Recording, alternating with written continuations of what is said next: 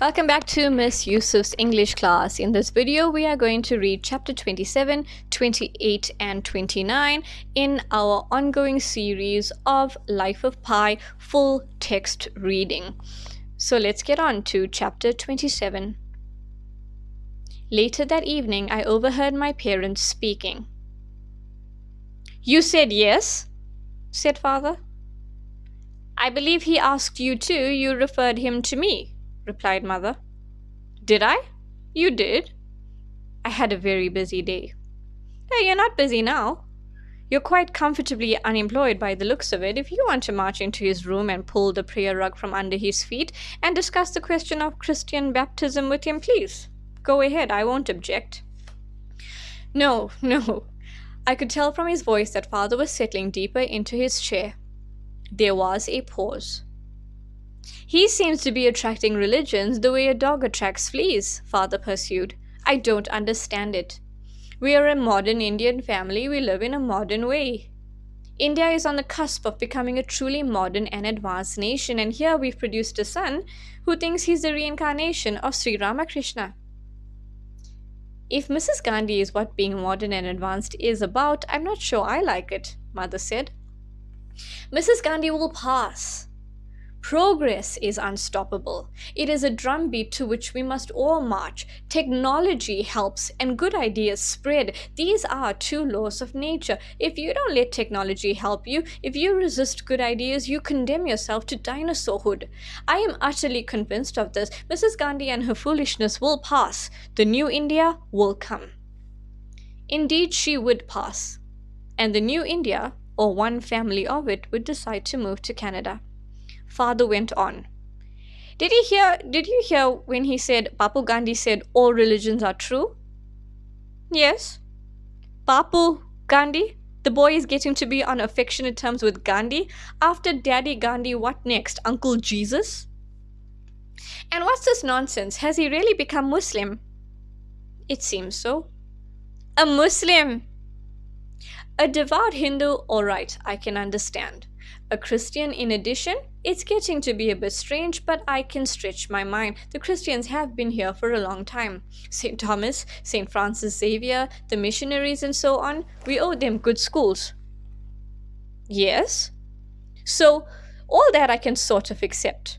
But Muslim? It's totally foreign to our tradition. They are outsiders."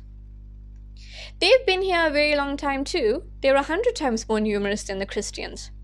"That makes no difference. They are outsiders. Perhaps be seen as marching to a different drumbeat of progress." "You're defending the boy. You don't mind it that he's fancying himself a Muslim?" "What can we do, Santosh? He's taken it to heart, and it's not doing anyone any harm. Maybe it's just a phase. It too may pass like Mrs. Gandhi." "Why can't he have the normal interests of a boy his age? Look at Ravi. All he can think about is cricket, music, and movies." "Oh, you think that's better?" No. "Oh, I don't know what to think. It's been a long day." Father sighed. "I wonder how far he'll go with these interests." Mother chuckled. "Last week, he finished a book called The Imitation of Christ." "The Imitation of Christ?" "I say again, I wonder how far he'll go with these interests," cried father. They laughed. Chapter 28. I loved my prayer rug. Ordinary in quality though it was, it glowed with beauty in my eyes. I'm sorry I lost it. Whenever I lay it, I felt special affection for the patch of ground beneath it and with the immediate surroundings, which to me is a clear indication that it was a good prayer rug, because it helped me remember that the earth is a creation of God and sacred, the same all over. The pattern, in gold lines upon a background of red, was plain, a narrow rectangle with a triangular peak at one extremity to indicate the Qibla, the direction of prayer, while little curlicues floating around like wisps of smoke or accents from a strange language. The pile was soft. When I prayed, The short, unknotted tassels were inches from the tip of my forehead at one end of the carpet and inches from the tip of my toes at the other. A cozy size to make you feel at home anywhere upon this vast earth. I prayed outside because I liked it. Most often, I unrolled my prayer mug in a rug in a corner of a yard behind the house. It was a secluded spot in the shade of a coral tree, next to a wall that was covered with bougainvillea. Along the length of the wall was a row of potted poinsettias. The bougainvillea had also crept through the tree. The contrast between its purple bracts and the red flowers of the tree was very pretty, and when that tree was in bloom, it was a regular aviaries of crows, minahs, babblers, rosy pastors, sunbirds, and parakeets. The wall was to my right, at a wide angle. Ahead of me, to my left, beyond the milky mottled shade of the tree, lay the sun-drenched open space of the yard. The appearance of things changed, of course, depending on the weather and the time of the day, the time of the year, but it's all very clear in my memory, as if it never changed. I faced Mecca with the help of a line I scratched into the pale yellow ground and carefully kept up. Sometimes, upon finishing my prayers, I would turn and catch sight of father or mother or Ravi observing me until they got used to the sight. My baptism was a slightly awkward affair. Mother played along nicely, father looked on stonily, and Ravi was mercifully absent because of a cricket match, which did not prevent him from commenting at great length on the event. The water trickled down my face and down my neck. Though just a beaker's worth, it had the refreshing effect of a monsoon rain. Chapter 29. Why do people move? What makes them uproot and leave everything they've known for a great unknown beyond the horizon? Why climb this Mount Everest of formalities that makes you feel like a beggar? Why enter this jungle of foreignness where everything is new, strange, and difficult? The answer is the same the world over. People move in the hope of a better life. The mid-1970s were troubled times in India. I gathered that from the deep furrows that appeared on father's forehead when he read the papers, or from snippets of conversation that I caught between him and mother and Mamaji and others. It's not that I didn't understand the drift of what they said. It's that I wasn't interested. The orangutans were as eager for chapatis as ever. The monkeys never asked after the news from Delhi. The rhinos and goats continued to live in peace. The birds twittered. The clouds carried the rain. The sun was hot. The earth breathed. God was there. There was no emergency in my world. Mrs. Gandhi finally got the best of father. In February 1976, the Tamil Nadu government was brought down by Delhi.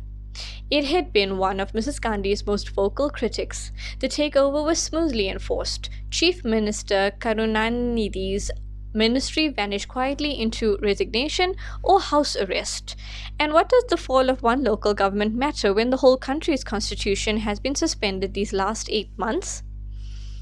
But it was to father the crowning touch in Mrs. Gandhi's dictatorial takeover of the nation. The camel at the zoo was unfazed. But that straw broke father's back. He shouted, "Soon she'll come down to our zoo and tell us that her jails are full, she needs more space. Could we put Desai with the lions?" Morarji Desai was an opposition politician, no friend of Mrs. Gandhi's. It makes me sad, my father's ceaseless worry. Mrs. Gandhi could have personally bombed the zoo. It would have been fine with me if father had been gay about it. I wish he hadn't fretted so much. It's hard on a son to see his father sick with worry. But worry he did. Any business is risky business, and none more so than small businesses. The one that risks the shirt on its back. A zoo is a cultural institution, like a public library, like a museum. It is at the service of popular education and science. And by this token, not much of a money-making venture, for the greater good and the greater profit are not compatible aims, much to father's chagrin. The truth was, We were not a rich family, certainly not by Canadian standards. We were a poor family that happened to own a lot of animals, though not the roof above their heads, or above ours for that matter. The life of a zoo, like the life of its inhabitants in the wild, is precarious. It is neither big enough for business to be above the law or small enough to survive on its margins.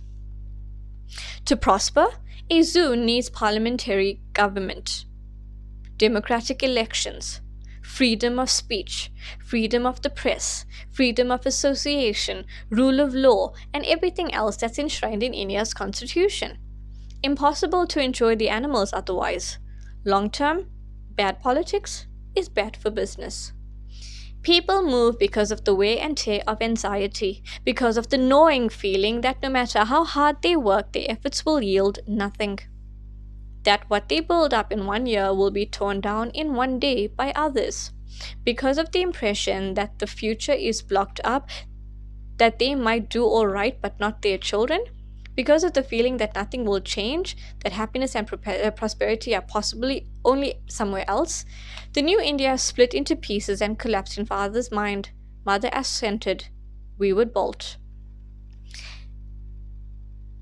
It was announced to us one evening during dinner. Ravi and I were thunderstruck. Canada?